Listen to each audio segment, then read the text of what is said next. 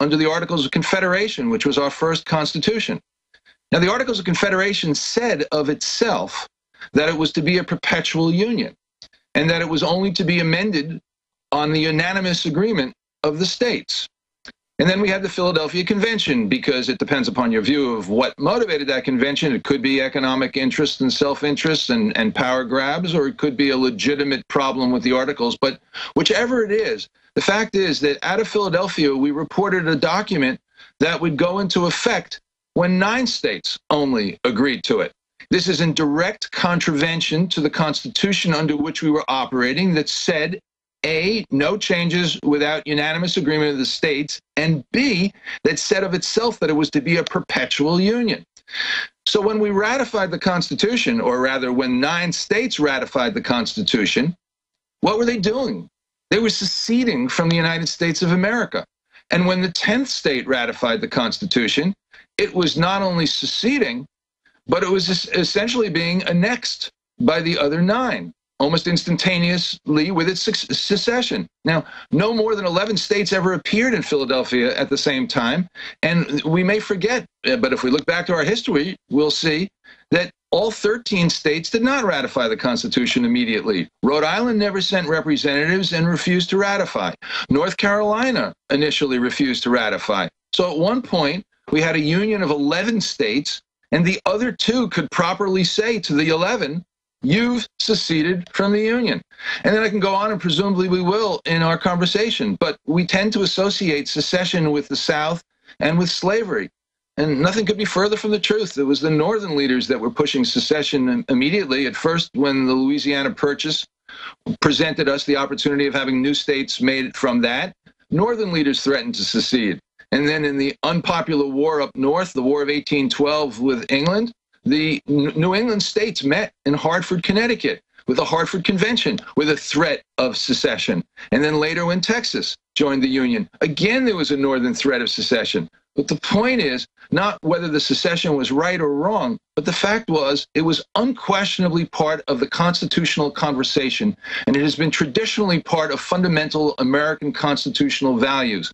So if we look to punish Russia because somehow they deserve it, because they've engaged in this anti-American, anti-constitutional move by seceding, or by impelling Crimea to secede, we're wrong. Now, we can get into it. There are problems with the referendum that Russia held, or that, in theory, Crimea held, and problems in terms of it conflicting with basic American values, but not secession itself. Very well said, Professor. And expanding on this, I'm just a layman, but I have read the Federalist Papers, the Anti-Federalist Papers. I've studied world history in a wide swath. And this is a self-determination that we see over and over again, and if carried out by the majority of the people, has always been seen as legitimate, as really a veto over larger political units. But just from a layman's term, a few years ago, I called for a new Declaration of Independence, not to get rid of the old republic. As the Declaration of Independence says, we can make new forms to secure our liberties. It's our right and our duty. If we have special interest in others in the District of Criminals that have taken over and are in their own revolutions seceding from America and bringing in a tyranny over us, then what about the states convening to then announce that we're abolishing the bureaucracy, or abolishing sections of the federal government, or abolishing the whole thing, whatever gets voted on, to then re-upload the old republic in a kind of secession as a way to point out that we've had our federal government hijacked. I had a bunch of constitutional lawyers on, like Edwin Vieira and others, and they agreed with me, and Ron Paul agreed, but they quantified it more in legalese. It just seems like, people say secede. Well, couldn't we secede to restore the republic? Because clearly this isn't the republic we've got operating right now. We don't need to secede. There are 2 processes for amending the United States Constitution. One is the one that we've always engaged in, which is to have 2/3 of each branch of Congress approve the amendment, then submit it to the states and have it approved by majorities in 3/4 of the state legislatures. But the Constitution provides for another way of amending itself, which can circumvent Congress itself. and that is if 2/3 of the states call for a new constitutional convention, then it can propose amendments which again would be ratified by majorities in 3/4 of the states. Sure. So that you can circumvent the national government and still amend the United States Constitution. We've not done it before, but we can do it. So we don't need secession in that respect. No, I understand. I get so scared of a con, but I guess a overall secession movement and a new federation would be just as dangerous. But and I've always been against a con, but I guess we get to the point of we're in so much trouble. Well, I mean, do you think our republic is off the rails, or what's your view on that? Well, you and I may not have the identical politics here, although we probably have the identical view of history. I mean, I'm appalled at federal overreach, as I know you are. There are areas with which I fundamentally disagree with Ron Paul in terms of the legitimate role of defense and the importance of it, and the requirement for us to remain a free people, to be a strong people in order to be a free people, and that strength must reach outside of our borders. So we may not have identical views on that. No, I understand that, but when we come back then, Professor, explain to me your view on, then as a constitutional lawyer and a guy that's worked in the federal government as well, where we're at historically compared to Rome, say. I mean, it's similar but not close when it comes to the modern technology. We'll be right back with our guest. His website's robertblecker.com. Stay with us. Uncover a simple privacy loophole that can stop the NSA spying thugs in their tracks at privacylockdown.com. The NSA has already shut down hundreds of sites, and the truth be told, they could shut down this operation at any time. See, the privacy loophole I'm about to show you allows you to make all your sensitive information disappear in the next 30 days or less. Go to privacylockdown.com now to take your life off the grid and see the loophole in the NSA and FBI spying machine before they close the loophole forever.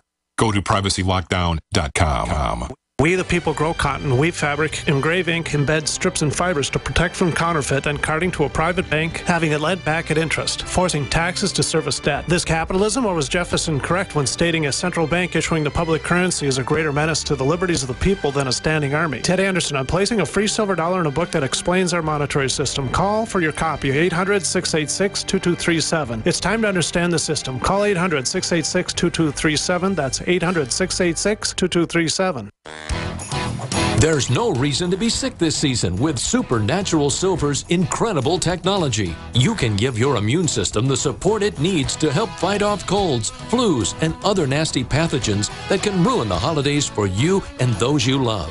Used internally or topically, Supernatural Silver is a great defense against sore throats, runny noses, sinus or ear infections, and a whole host of other illnesses. Supernatural Silver is extremely safe and a great way to protect yourself and the ones you love. No one knows what the future may bring, so be smart and plan ahead. Have Supernatural Silver in your emergency preparedness arsenal and give someone a gift that's meaningful, a gift that can change lives. Give the gift of good health this year. Go to supernaturalsilver.com and use the promo code SILVER2013 for 20% off your entire order.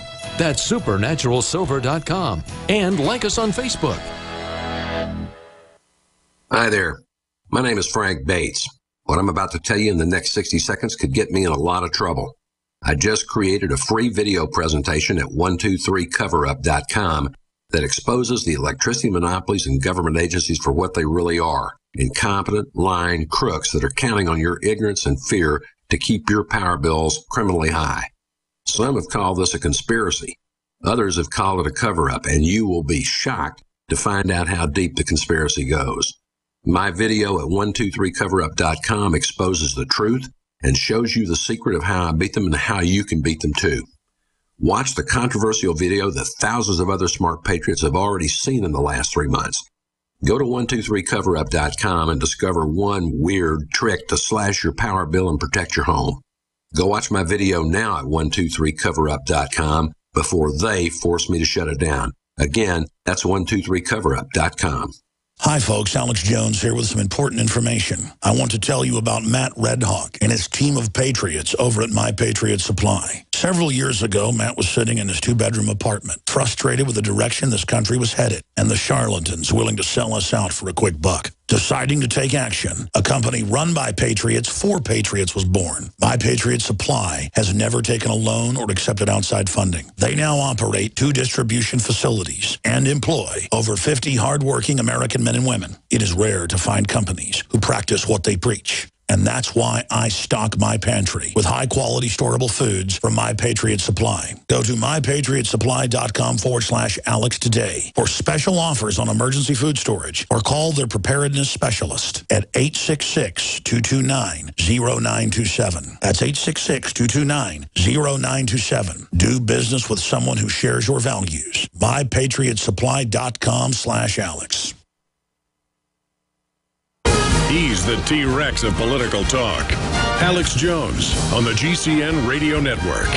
Well, I want to have Professor Robert Blecker back on for a full hour to have a death penalty debate sometime. I support the death penalty if you got 100 witnesses in the village that somebody killed a kid for no reason. The village would just all agree we're going to kill this guy and go hang him. The problem is the system's been so corrupt that then can you trust a corrupt system to carry out the death penalty? And I know I beg the question, because then we're talking about secession. But briefly, where do you stand on that quandary with the death penalty? Well, I've spent thousands of hours inside maximum security prisons and on death rows in 7 states, interviewing the killers and the officers who house them and interact with them, and have fairly extensively studied the system. There's no doubt that it's flawed, and there's no doubt that it can and should be improved. I mean, the book that's my crime and punishment memoir that's just been published, The Death of Punishment, goes into various improvements we can make and various problems with the system. But overall, for the worst of the worst of the worst, for those, for example, who rape and torture children, for the serial killers, for the hired killers, when we can identify them, when we are persuaded beyond a reasonable doubt, with no residual doubt that they did it, and to a moral certainty that they deserve it, then it seems to me we have the moral obligation to execute them. We'll have a discussion about that, because I agree with you at a fundamental level. It's just that, again, I don't support North Korea's death penalty because the government is the criminal institution. So we begin to drift towards that area of, I support the death penalty. I wouldn't support it under Adolf Hitler.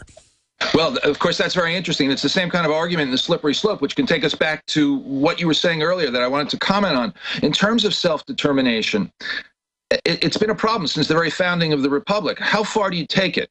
So if we establish, and I fully believe, and I think history establishes it beyond any doubt, American constitutional history, that the Constitution was a compact among the states, where the states are understood not in the states as governments, as legislatures, but as the people residing in them, that each state compacted to be part of the Union, acceded to the Union, and therefore each state may secede from the Union. That's right. The states they're the mommy and the daddy. They made it.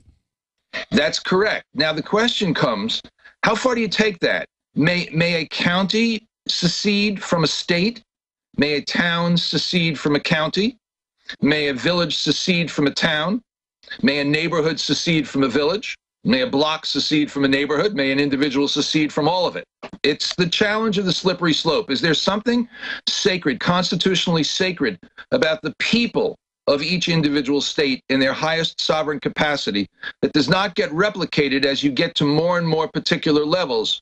Because if not, then of course we're left with a notion of the social contract in which each individual is allowed to contract in or contract out anytime that he or she sees fit, in which case we lose the distinction between a law-abiding citizen and a criminal. Well, bottom line, looking at this, from my research, the Crimean annexation is pretty clean and legitimate. 97% plus voted to do it.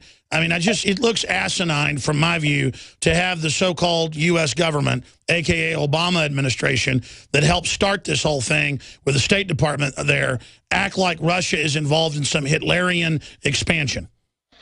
That's true. However, something should be said in terms of American constitutional values. There were 2 respects in which that referendum fell critically short by our values, and we should acknowledge it. Number one is that it was not the product of a free and full deliberation. Now, Putin was smart enough not to make it a legislative act on the part of Crimea, because one thing American constitutional values stand for clearly is that secession cannot be a legislative act, because if the legislature secedes or accedes to But it was a snap vote. That's part of it. That's right. It was not done after full and fair deliberation, A, and B, it was done where dissent was silenced, and it was done where the Russian military was occupying it. So it fails in those two respects. Now, if we look back at our own constitutional ratification process, we also were far from perfect. If a full free vote were taken, for example, of the people of